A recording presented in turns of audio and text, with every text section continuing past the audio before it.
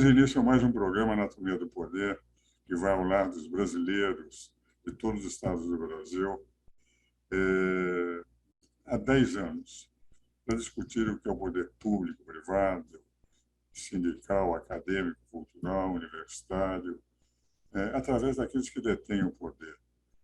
E hoje eu tenho o privilégio de ter um dos eminentes parlamentares do Brasil, da Câmara dos Deputados, com uma belíssima carreira, foi prefeito em Registro, serviu a administração de José Serra em São Paulo, deputado mais votado em 2014 para a Câmara, um dos mais votados em 2018 para a Câmara dos Deputados, e que amanhã, na FIASP de São Paulo, na inauguração da nova fase do antigo Conselho de Assuntos Políticos e Estratégicos da Federação, inaugurará a nova composição do Conselho, sob a presidência do ex-presidente Michel Temer, e falará o deputado Samuel Pereira sobre aquilo que o presidente Michel Temer tem debatido constantemente, apresentado em artigos, etc., mesmo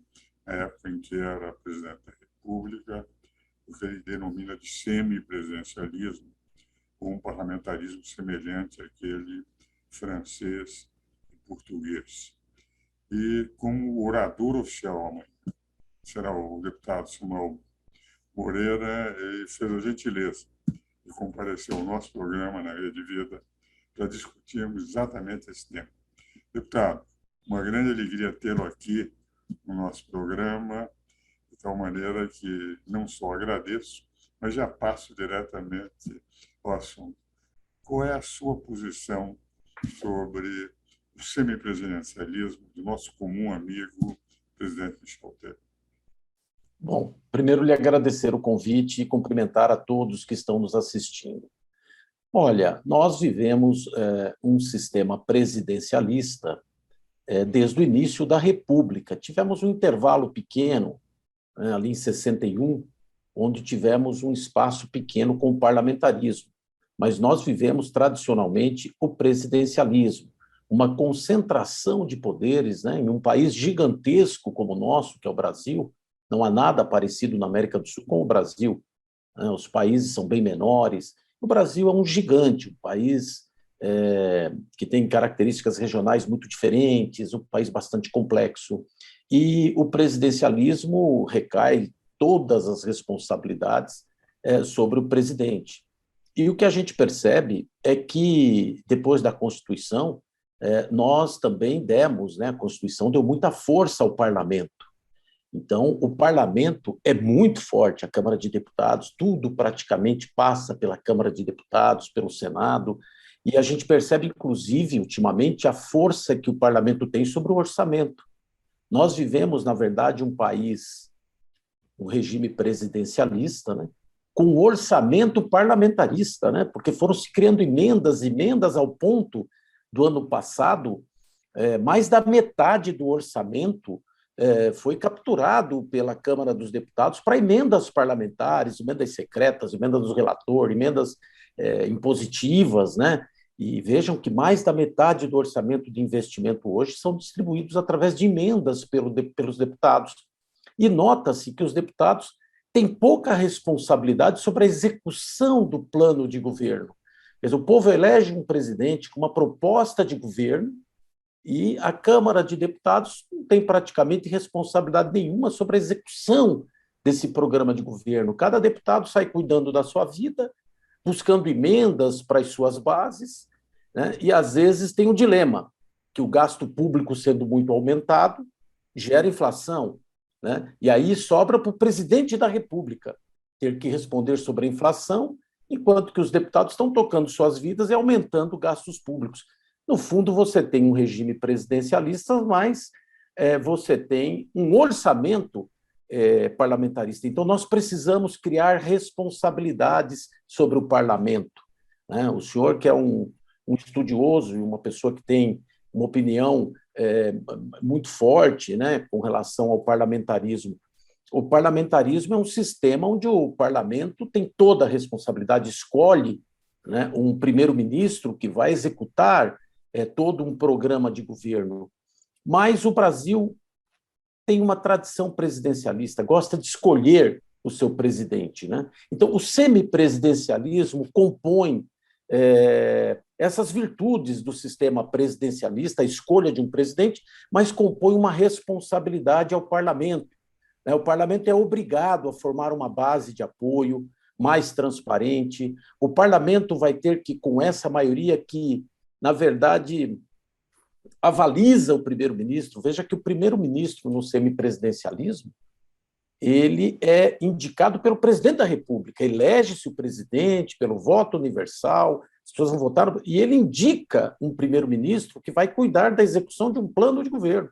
E esse primeiro-ministro tem que ser aprovado por esta base que o presidente terá na Câmara Federal e no Senado. Veja que essa base vai compor uma maioria sólida, vai referendar este primeiro-ministro, ou seja, vai ter uma responsabilidade junto com o presidente da República de executar esse plano de governo. Veja que o presidente não pode se eximir da responsabilidade da execução do plano de governo, porque o presidente indica o primeiro-ministro, quer dizer, ele não pode se ausentar dessa responsabilidade, mas, ao mesmo tempo, a Câmara também, esta maioria que vai participar do governo, esta coalizão de maioria vai indicar ministros no Conselho de Ministros, mas vai ter a responsabilidade sobre a inflação, sobre o desemprego, ou seja, o deputado que participar do governo, quando for às suas bases, será cobrado pelo povo, né, sobre o desempenho do primeiro-ministro que ele referendou. Então, o semipresidencialismo compõe essas virtudes, né, do presidencialismo e do parlamentarismo. Deputado, um dado interessante, por exemplo, no semipresidencialismo, o semiparlamentarismo português e francês, Desperrat escreveu um livro mostrando as democracias mais estáveis do mundo, sem nenhuma ruptura desde a Segunda Guerra Mundial. 19 eram parlamentaristas, só os Estados Unidos presidencialista. É um professor da universidade, ele, no livro Democracy. Mas o dado interessante é o seguinte: no semi-parlamentarismo francês e português, nós temos todos os ministérios de governo pertencem ao primeiro-ministro. Mas os chamados ministérios de Estado, por exemplo, ministérios militares, etc., aqueles que representam funções mais de Estado do que propriamente uma política governamental, ficariam nas mãos do presidente. O semipresidencialismo apresentado pelo presidente Michel Temer, pelo senhor, essa também divisão de alguns ministérios ficarem na competência do presidente e outras Sim. na competência do primeiro-ministro, conforme seja áreas de governo ou áreas de Estado, ou tudo ficará nas mãos do primeiro-ministro? Não, há uma divisão de funções, né? O presidente da República exercerá a função de chefe de Estado, ele terá as atribuições, inclusive, de indicar e nomear, por exemplo, a defesa, né? Toda a defesa nacional, né? A Marinha, o Exército, a Aeronáutica, também os embaixadores, as relações internacionais ficará também sobre a responsabilidade do presidente da República. Veja que não é pouca tarefa para um país que cada vez mais precisa de relações internacionais. Terá uma tarefa muito árdua, muito trabalho terá o presidente da República, além de nomear também, de indicar, né, lógico, tem que ser aprovado pelo Senado, como já é hoje, os ministros do Supremo, né, mesmo o chefe do Ministério Público, e o presidente terá mais, ele terá direito a veto aos projetos, né, que serão aprovados pela Câmara, ele vai ter o direito a veto, ele tem uma série de atribuições muito fortes como presidente da República, além de ter a responsabilidade de ter indicado o primeiro-ministro. E veja que no nosso sistema, o primeiro-ministro ele indicará os ministros de Estado, mas a nomeação é feita pelo presidente da República. Ou seja, se o presidente não quiser, vai ter que ter um entendimento. Sempre um processo de entendimento e de equilíbrio entre essas forças, que é a força de maioria, que compõe, né, a Câmara com uma maioria, e o próprio presidente da República, né? Então, e de maneira transparente, todos nós vamos saber quem é essa maioria, porque hoje a gente mal sabe quem é o centrão, quem é a maioria, né? A gente vê partidos que às vezes é de oposição, mas o líder do governo é do partido, não tem uma composição clara para a sociedade, né? Então, existem muitas vantagens, né? E a gente percebe que os países mais desenvolvidos foram países que caminharam pelo parlamentarismo, mas nós temos que respeitar a tradição nossa no Brasil, que é de escolher o seu presidente. Então, muitos países, recentemente, começaram a escolher o semipresidencialismo, ter o seu presidente escolhido, eleito, mas atribui responsabilidades fortes sobre a execução do plano de governo ao parlamento também. E me parece que extremamente é o que acontece em alguns sistemas semi-parlamentaristas, semi-presidencialistas.